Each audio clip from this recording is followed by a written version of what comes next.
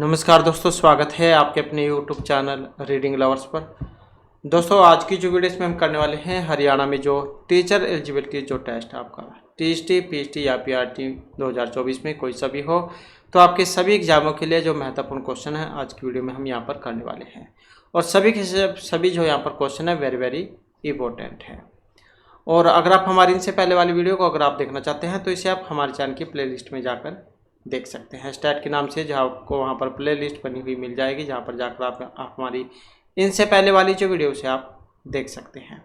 इसके अलावा अगर आप कोई महत्वपूर्ण अपडेट चाहते हैं वैकेंसी से संबंधित, तो उसके लिए भी जो आप चैनल को सब्सक्राइब कर सकते हैं और आप हमारा जो टेलीग्राम ग्रुप है उसे भी ज्वाइन कर सकते हैं, क्योंकि ये सभी फ्री ऑफ कॉस्ट है, इनके कोई पैसे नहीं हैं। तो महत्वपूर्ण अपडेट के लिए तो आप इनको ज्वाइन और सब्सक्राइब कर सकते हैं। इनका लिंक जो आपको इस वीडियो के डिस्क्रिप्शन में मिल जाएगा। तो सबसे पहले हम यहाँ पर जो बाल विकास एवं शिक्षा शास्त्र से जो हमारे महत्वपूर्ण क्वेश्चन बनते हैं, इनको हम सबसे पहले करेंगे।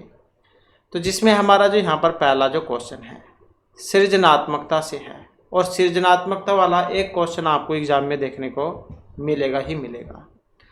तो सृजनात्मकता को किसकी अवधारणा से संबंधित माना जाता है? रवदार बौद्धिकता, अभिसरित सोच, विविध सोच या द्रव बौद्धिकता से।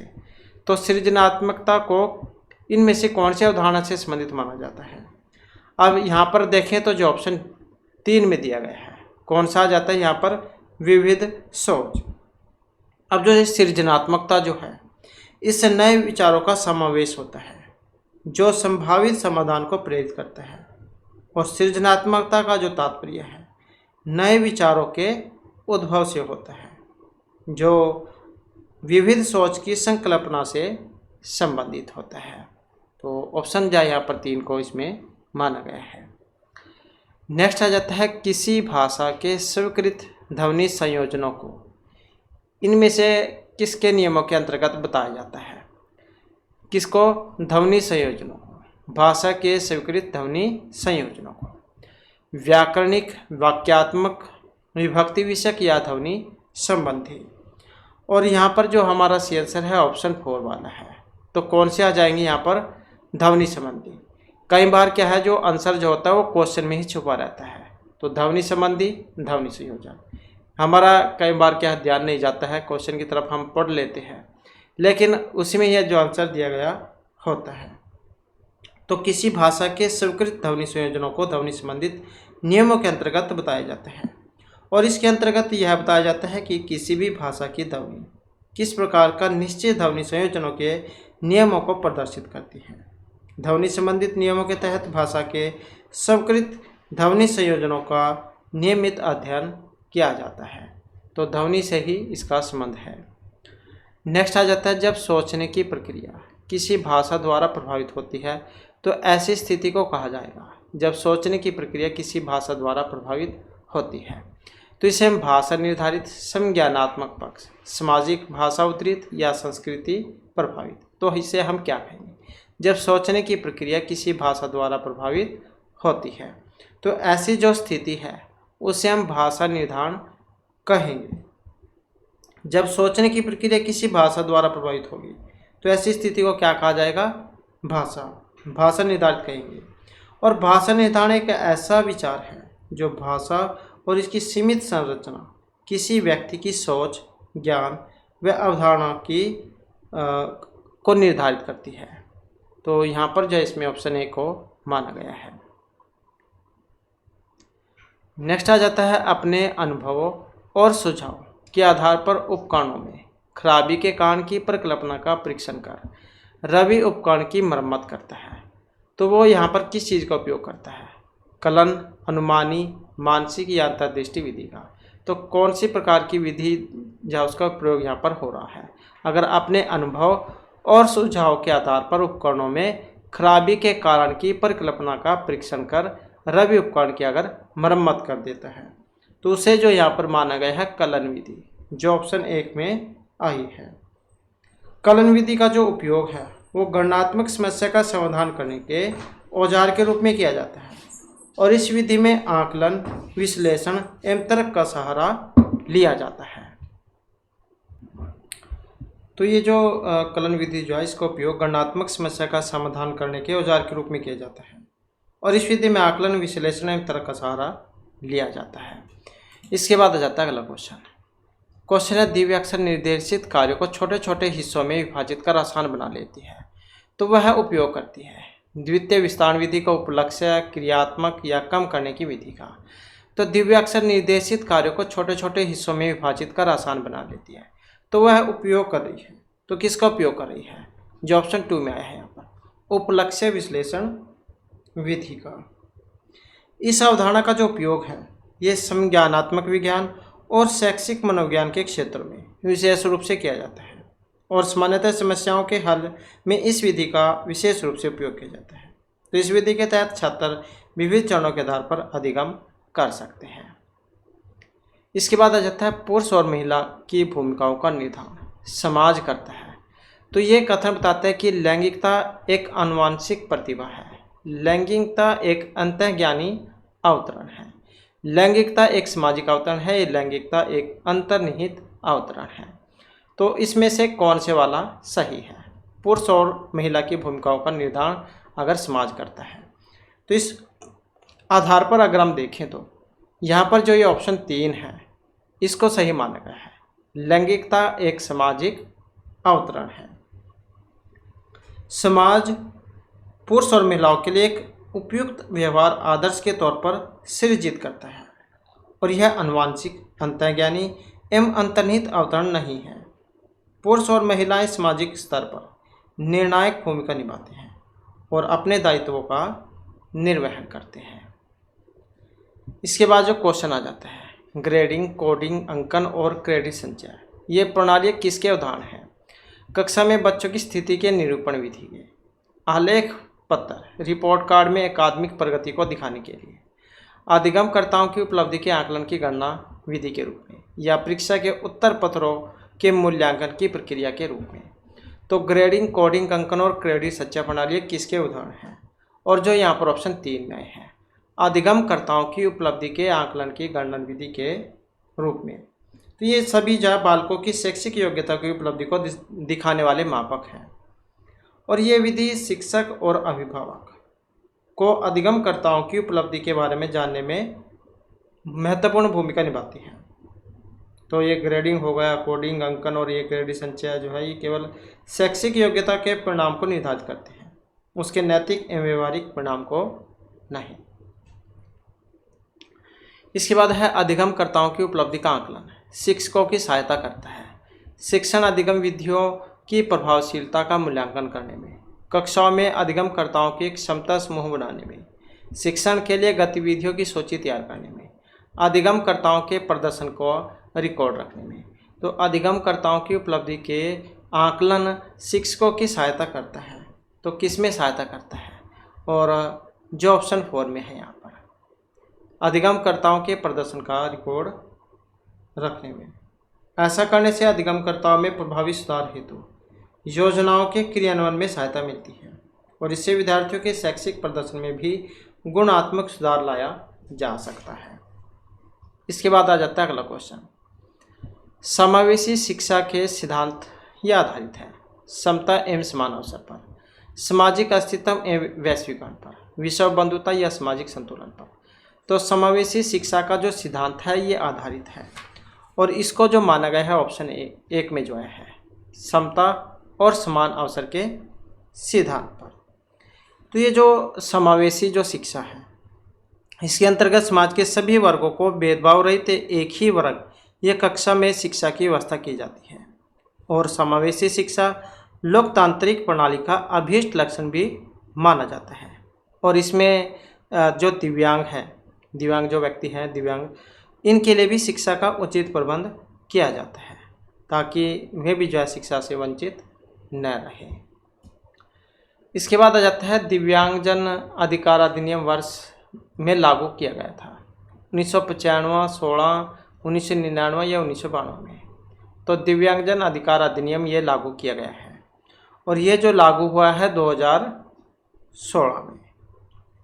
नेक्स्ट क्वेश्चन है व्यक्तिगत विविधताओं वाले बच्चों को पढ़ाने के लिए ऐसे विद्यालय होने चाहिए व्यक्तिगत विविधता वाले बच्चों को पढ़ाने के लिए।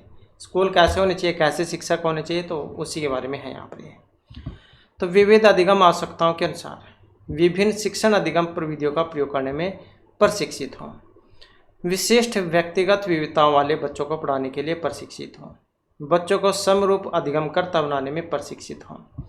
व्यक्तिगत विविधताओं के आधार पर वर्गीकृत की गई कक्षाओं के विभिन्न वर्गों में पढ़ा सकें।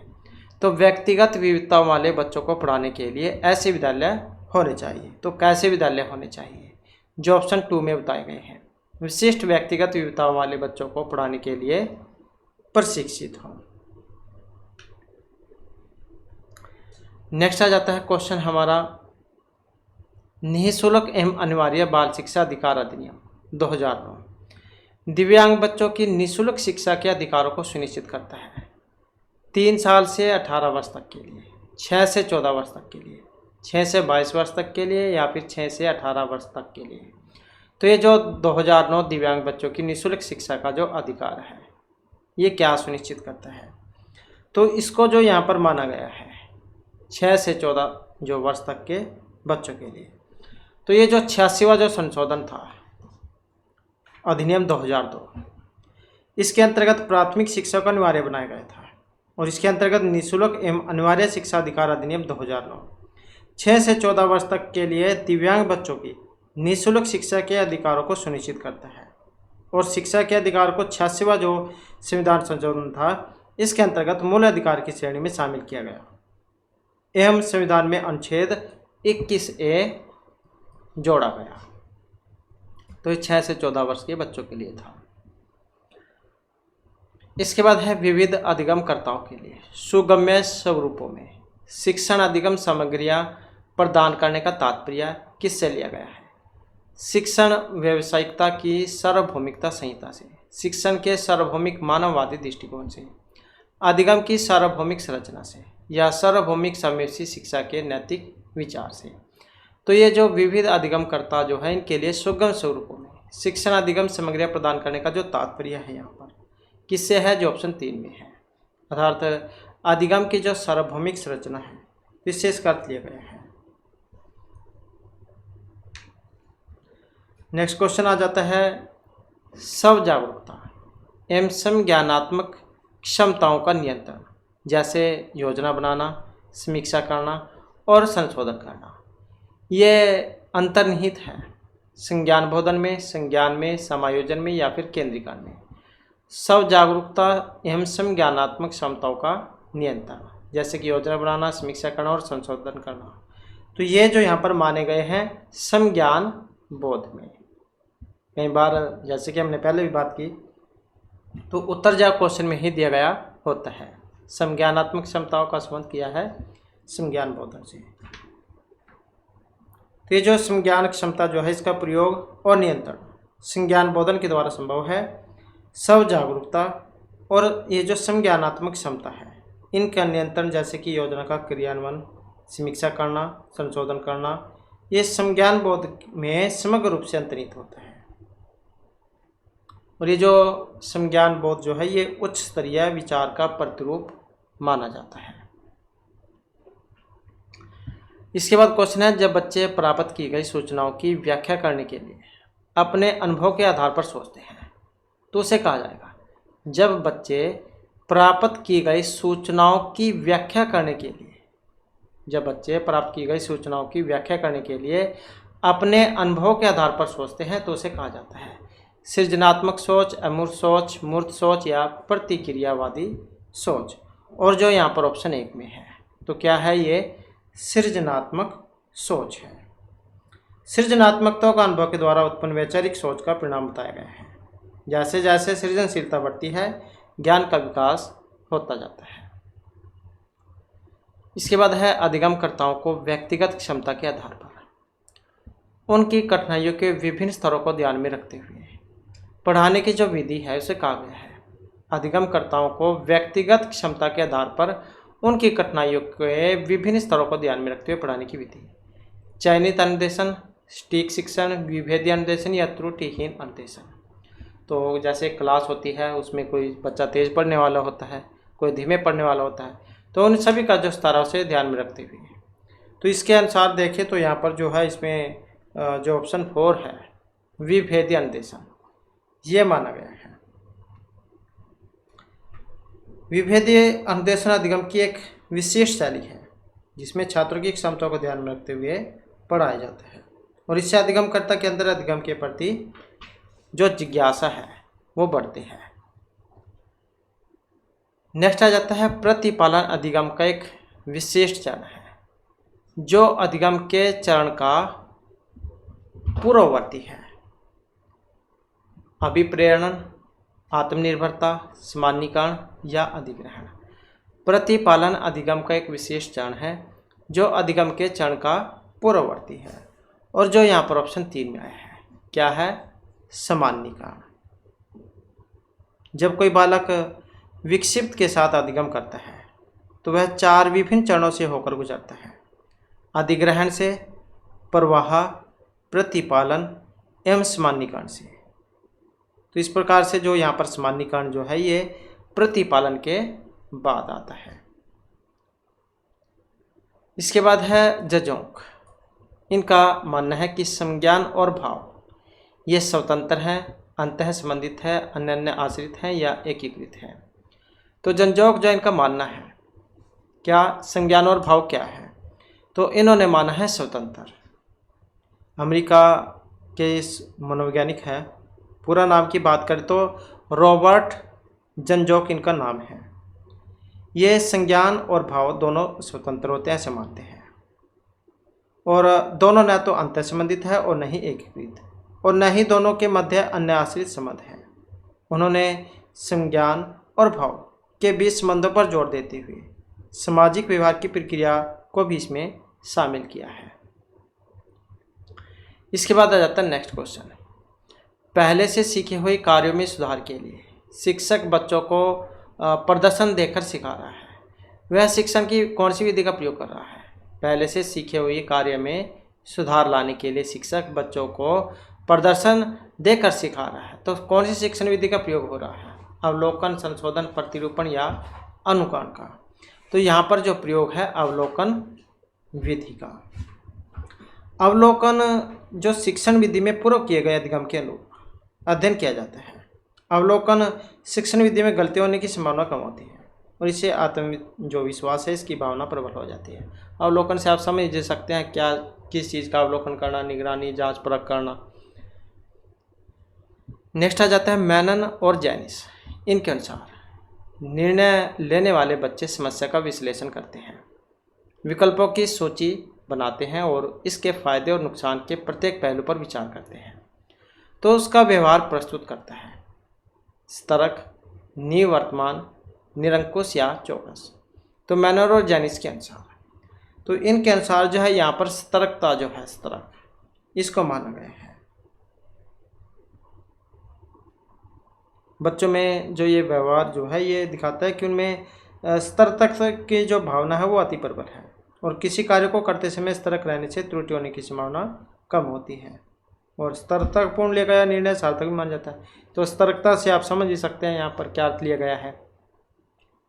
तो जैसे कि कह देते हैं ना कि ये तो अपने काम में पूरा स्तरक है, मतलब चतुर है, एकदम से कुशल कह देते हैं जैसे।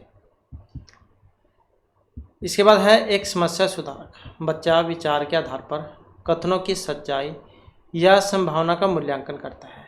एक समस्या सुधारक बच्चा विचार के आधार पर कथनों की सच्चाई संभावना का मूल्यांकन करता है। सौंदर्य बोध विचार, अमूर्त, सृजनात्मक या तार्किक विचार। तो किसके आधार पर सच्चाई संभावना का मूल्यांकन करता है? तो इनके अनुसार जो यहाँ पर तार्किकता जो है, तार्किक विचार, इनको माना गया है। तो ये जो तार्किक विचार जो है ये समस्याओं के समाधान और विश्लेषण में महत्वपूर्ण भूमिका निभाते हैं और इससे बच्चों का भी प्रभावी तरीके से मानसिक विकास भी होता है। नेक्स्ट है जिस दिए गए कार्य को करते समय बच्चे स्वयं आनंद लेते हुए अनुभव प्राप्त करते हैं। इसे हम उपभोक्ता प्रकार का कार्य, निर्माणात्मक, समस्यात्मक, ड्रिल और अभ्यास, तो एक कौन से के अंतर्गत इसे रखा जाएगा जिसमें बच्चे खुश होते हैं और अपनी मर्जी से काम करते हैं और बहुत अच्छे तरीके से काम करते हैं, सीखते भी हैं कुछ उसे। तो इस प्रकार का जो काम है उसको ड्रिल और अभ्यास की श्रेणी में रखा गया है। और आपने जैसे पहले पढ़ा भी होगा, स्वयं करके एक सीखना होता है। तो ऐसे माहौल में बच्चा जो है स्वयं तार्किक स्रोतों का इस्तेमाल करता है। या तो आपने जैसे क्लास जो है इसमें भी देखा होगा, जिस बच्चे की आप कुछ पढ़ा रहे हैं और कुछ बच्चे की अगर उसमें रुचि भी है तो उसको पूरे ध्यानपूर्वक भी सुनते हैं, क्लास में शोर भी नहीं होता है।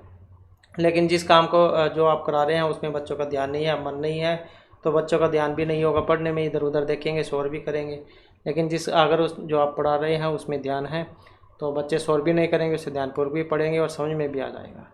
तो जो पढ़ने वाले के ऊपर है वो उसमें रुचि ले रहा है या नहीं। इसके बाद है बहुसंवेदी शिक्षण। अधिगम की प्रविधि में अधिगम संवर्धन हेतु दृश्य, श्रव्य, स्पर्श और संवेदनाओं का एक साथ प्रयोग किया जाता है। कर्णकोटर का, प्रत्यक्षीकरण, अवलोकन या गतिबोधक का। तो बहुसंवेदी शिक्षण अधिगम की प्रविधि में अधिगम संवर्धन हेतु दृश्य, श्रव्य, स्पर्श और संवेदनाओं का एक साथ प्रयोग किया जाता है। अब इसमें अगर हम देखें तो जो ऑप्शन 4 में है यहाँ पर, तो क्या है, ये गतिबोधक है। नेक्स्ट आ जाता है, शरीर के केंद्रीय भाग से परिधियों या अग्र अंगों की ओर का विकास दिखाता है। विकेंद्रीकृत विकास के सिद्धांत को, मध्य बाह्य विकास, सोपानीय विकास या विकिरणीय विकास को। शरीर के केंद्र भाग से परिधि या अग्र अंगों की ओर का विकास। हमारा जो शरीर है इसका विकास एक तो होता है सिर से पैरों की तरफ, एक होता है जो बीच में नाभि जाओ से बाहर की ओर। तो यहाँ पर शरीर के केंद्र भाग से परिधि या अग्र अंगों की ओर का विकास, और इसको जो यहाँ पर माना गया है इसमें जो ऑप्शन 1 में है, इसको कहा गया है विकेंद्रीकृत विकास के सिद्धांत को। इस सिद्धांत के अनुसार विकास शरीर के मध्य भाग से प्रारंभ होता है और शरीर के बाह्य हिस्से परिधि की ओर धीरे धीरे इसका विस्तार होता जाता है। और व्यक्ति में अधिगम का क्रम इसी सिद्धांत के अनुसार होता है, जैसे कि अब हमने बात की। एक तो सिर से पैर की ओर होता है कि ये 20 जो है नाभि का सेंटर का भाग, इससे बाहर की ओर। नेक्स्ट आ जाता है, स्कूल बच्चों के समाजीकरण की एक ऐसी संस्था है जहाँ प्रमुख स्थान स्कूल की दिनचर्या का होता है, प्रमुख स्थान स्कूल की गतिविधियों का होता है, प्रमुख स्थान स्कूल के शिक्षकों को होता है या स्कूली बच्चों को होता है। तो स्कूली बच्चों के समाजीकरण की एक ऐसी संस्था है, स्कूल जो है बच्चों के समाजीकरण की ऐसी संस्था है जहाँ पर क्या होता है, प्रमुख स्थान किसको होगा, स्कूली बच्चों को होता है।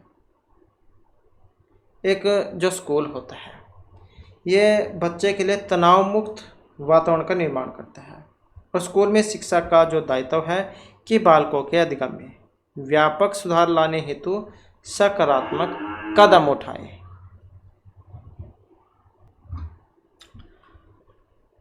नेक्स्ट क्वेश्चन आ जाता है, जब आप एक शिक्षक समूह से जुड़ जाते हैं और अपने समूह के अन्य लोगों की ही तरह पोशाक धारण करने लगते हैं तो आप यहाँ पर प्रदर्शन कर रहे होते हैं समूह आज्ञाकारिता का, समूह निर्देश अनुपालन का, समूह की अनुरूपता का या समूह की पहचान का। जब आप एक शिक्षक समूह से जुड़ जाते हैं तो इनके अनुसार जो यहाँ पर माना गया है समूह की पहचान का। नेक्स्ट आ जाता है,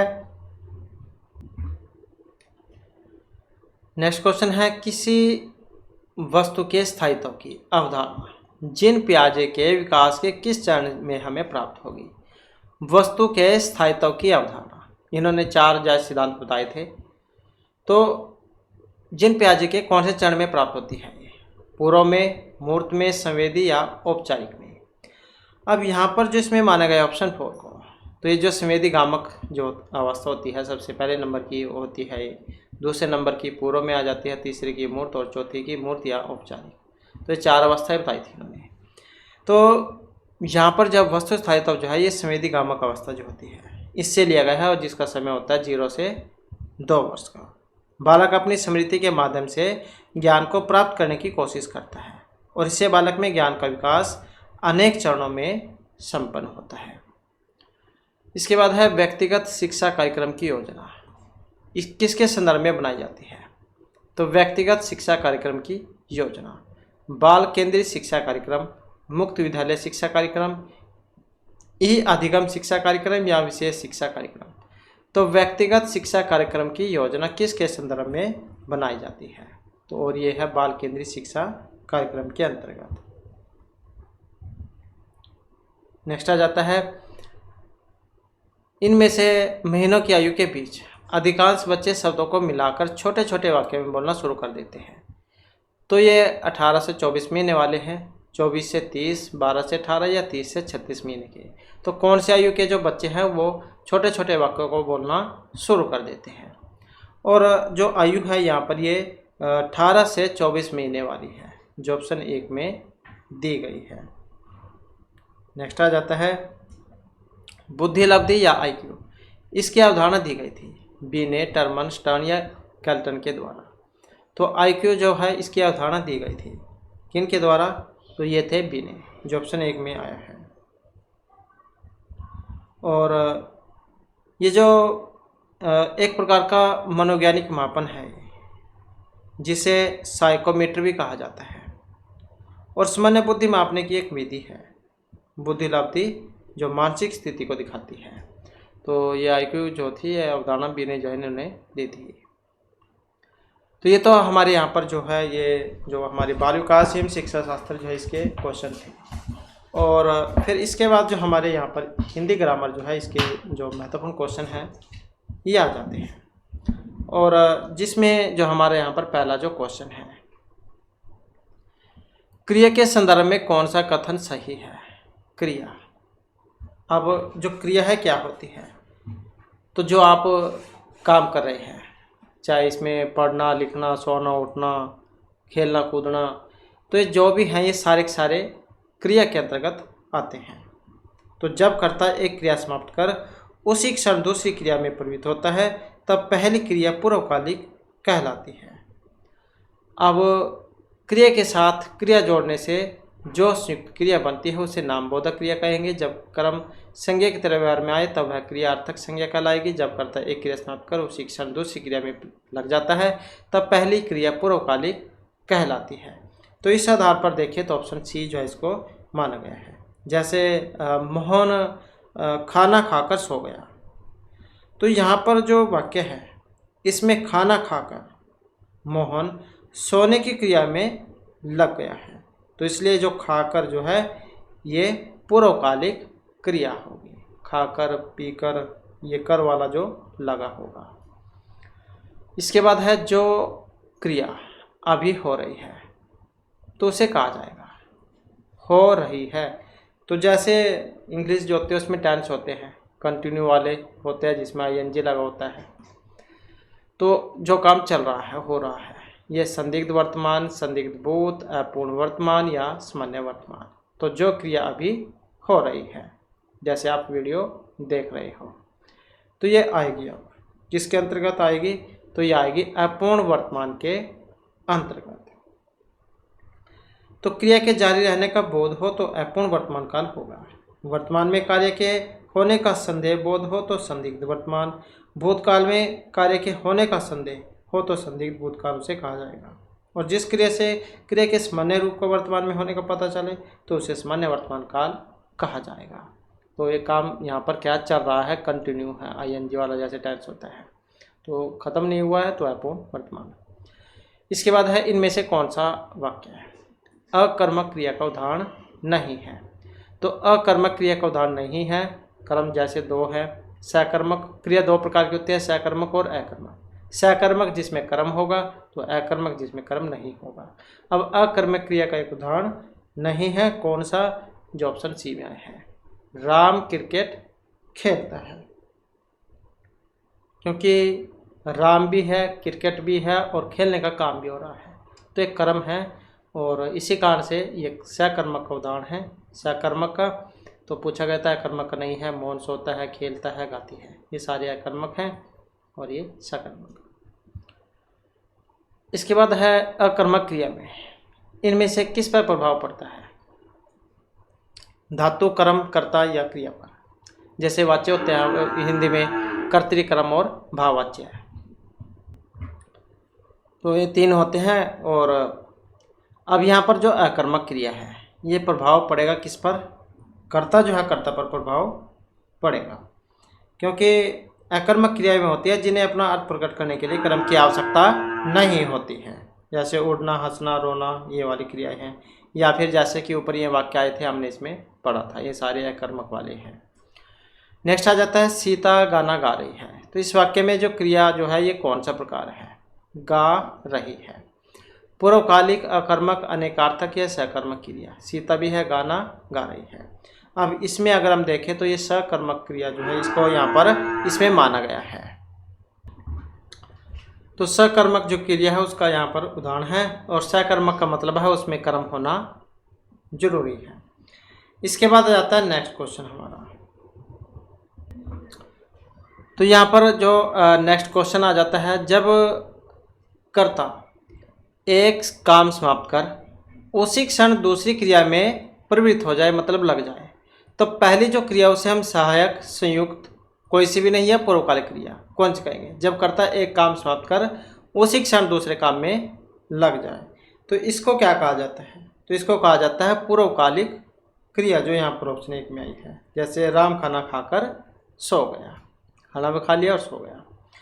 इसके बाद है क्रिया के पद परिचय में इनमें से क्या क्या होता है? पद परिचय में क्रिया का प्रकार, वाच्य पुरुष, लिंग, वचन, काल, वह शब्द जिससे क्रिया का संबंध है, या ये सभी। तो क्रिया के पद परिचय में क्या क्या होता है? तो इसमें जाए सभी आ जाएंगे। तो क्रिया का प्रकार, वाच्य, लिंग, वचन, काल और वह शब्द जिससे क्रिया का संबंध हो, तो सारे सारे जो यहाँ पर इसमें माने गए हैं। नेक्स्ट आ जाता है चोर उठ भागा।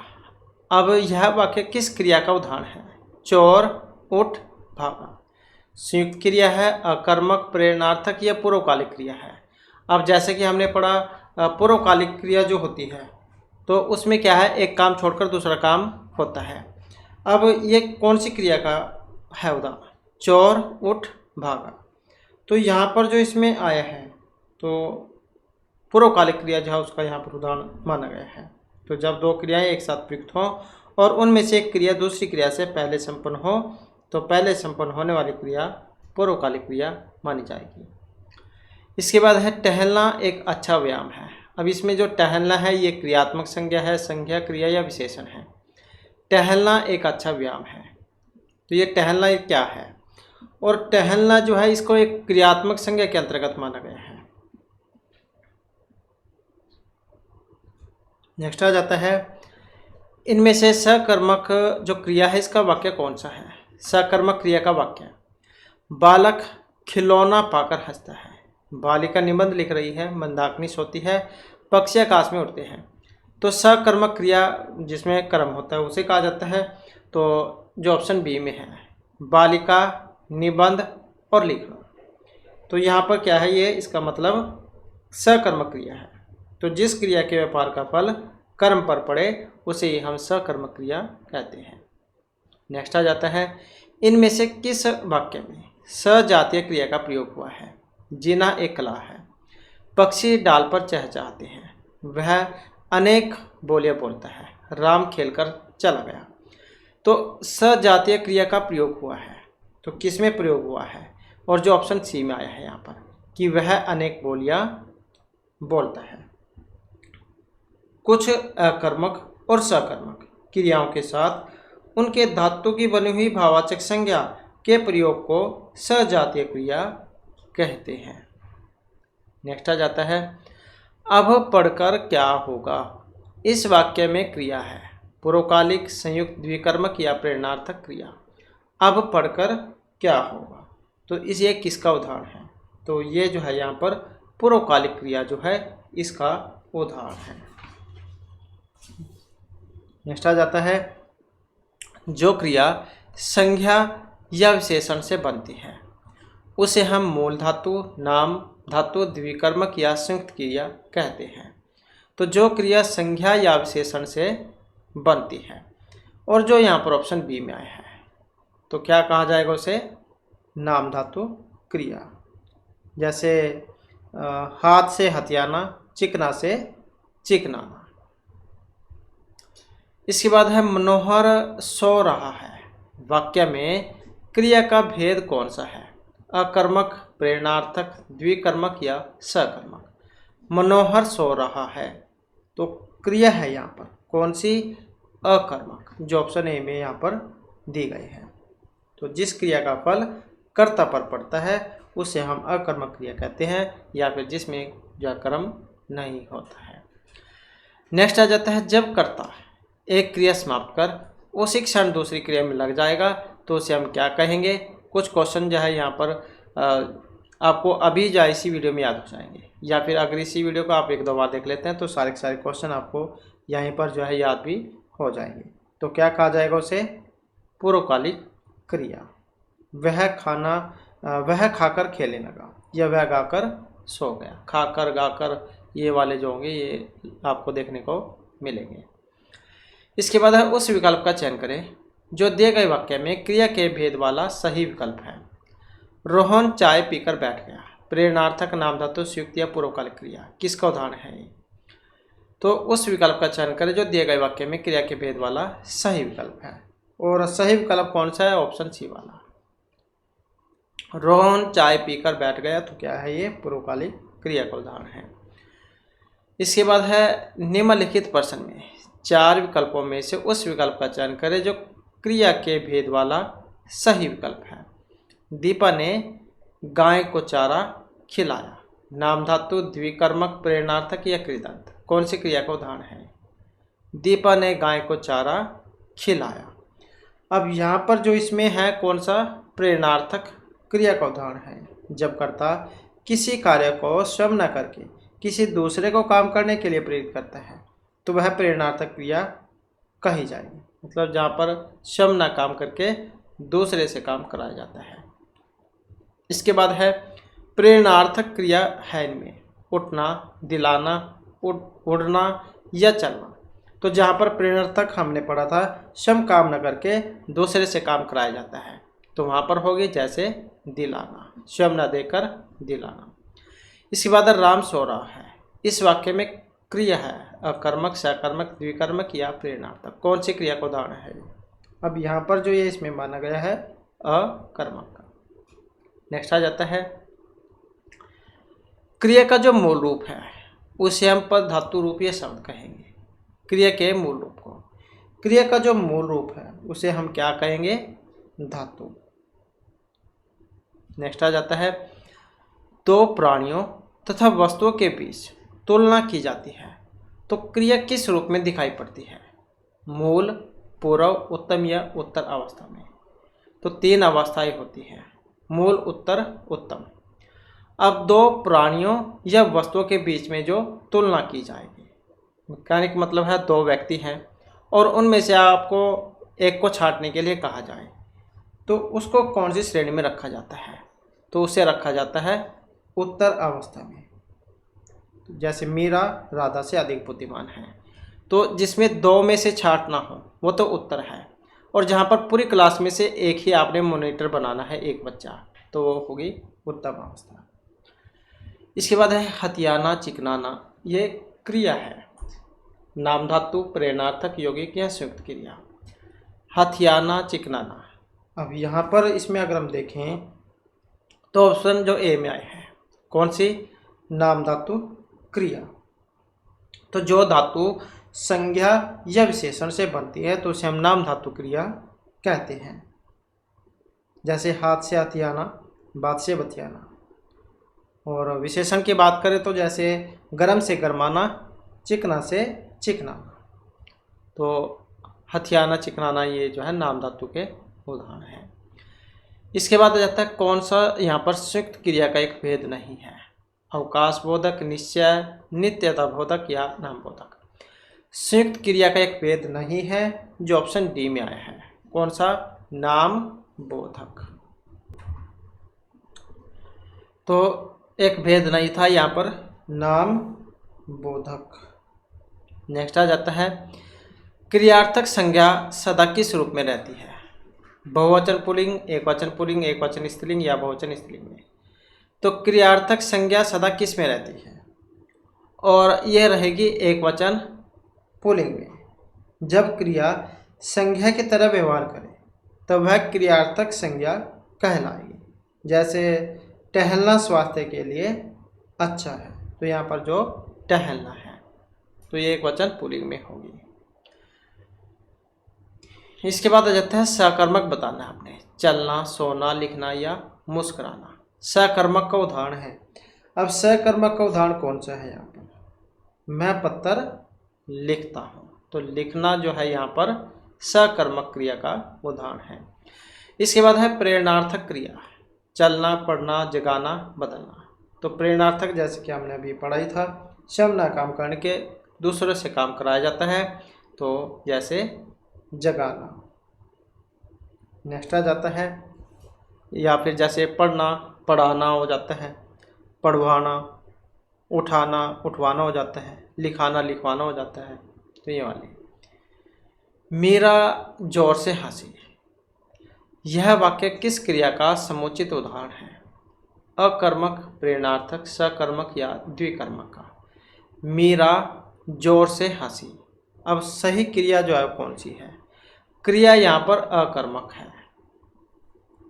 नेक्स्ट आ जाता है, पढ़ रहा था, यह क्रिया है, संयुक्त है, सामान्य क्रिया है, पूर्वकालिक है या असामान्य क्रिया है?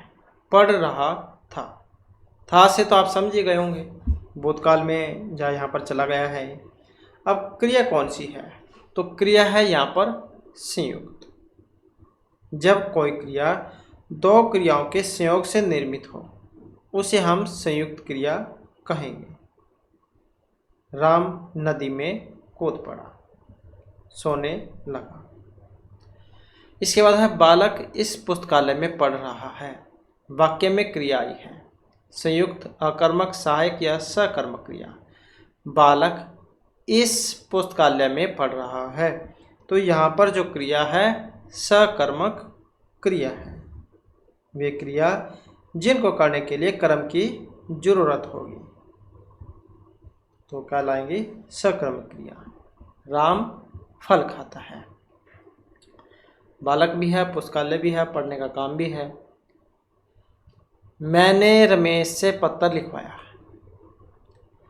इस वाक्य में जो लिखवाया है ये कौन सी क्रिया का उदाहरण है? अनुकरणात्मक, नाम धातु, प्रेरणार्थक या संयुक्त क्रिया का? और जैसे कि हमने अभी पढ़ाई था, जहाँ पर स्वयं काम न करके दूसरे से काम करवाया जाता है तो वहाँ पर प्रेरणार्थक होती है। जैसे स्वयं ने लिखा, लिखवाया है, तो यही जो है इसका उदाहरण है। इसके बाद चूड़ी अच्छी थी, में थी योजक क्रिया, अधिकार घोतक क्रिया, औचित्य बोधक या अप्रत्यक्ष क्रिया है। चूड़ी अच्छी थी। अब ये जो थी है यहाँ पर ये क्या है? तो ये है योजक क्रिया।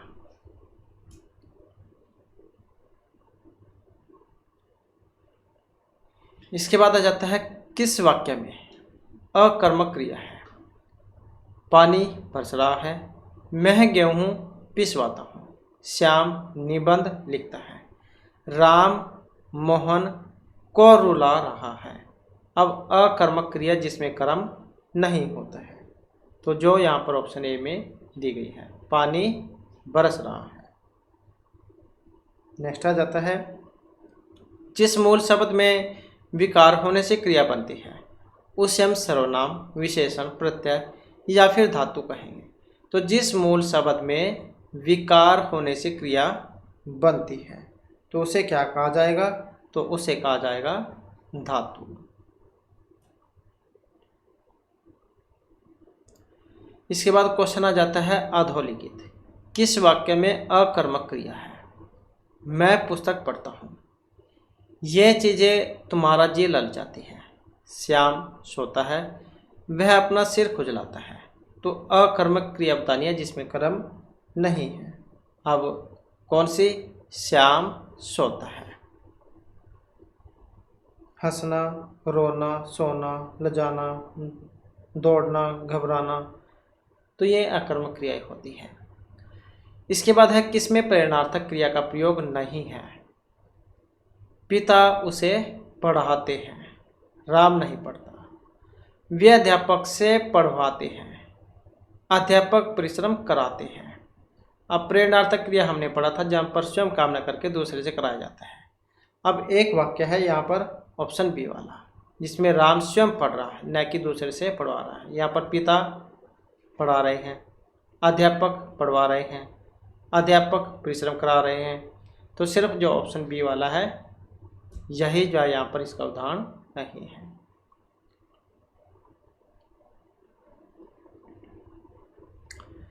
इसके बाद है निम्नलिखित में से सकर्मक क्रिया का वाक्य है। मंदाकिनी सोती है, बालिका निबंध लिख रही है, पक्षी आकाश में उड़ते हैं, बालक खिलौना पाकर हंसता है। तो सकर्मक क्रिया का उदाहरण कौन से है? अब सकर्मक क्रिया का यहाँ पर उदाहरण है ऑप्शन बी वाला, बालिका भी है, निबंध भी है और लिखने की क्रिया भी हो रही है। इसके बाद है राम लक्ष्मण से पत्र लिखवाता है। तो यहाँ पर यह कौन सी क्रिया का रूप है? पूर्वकालिक, प्रेरणार्थक, संयुक्त या पूर्ण क्रिया का। लिखवाता है जैसे कि अभी हमने वाक्य किया था ये, तो प्रेरणार्थक क्रिया का है क्योंकि शब्द न लिखकर लिखवा रहा है। राम लक्ष्मण से पत्र लिखवा रहा है, तो प्रेरणार्थक क्रिया का उदाहरण है। तो इस प्रकार से जो हमारे जी क्लास में महत्वपूर्ण क्वेश्चन थे। वैसे तो और भी बहुत सारे क्वेश्चन हैं, जो कुछ रह जाते हैं नेक्स्ट वीडियो में उसे हम कंप्लीट कर लेंगे। और दोस्तों हमारे साथ अंत बनाने के लिए धन्यवाद।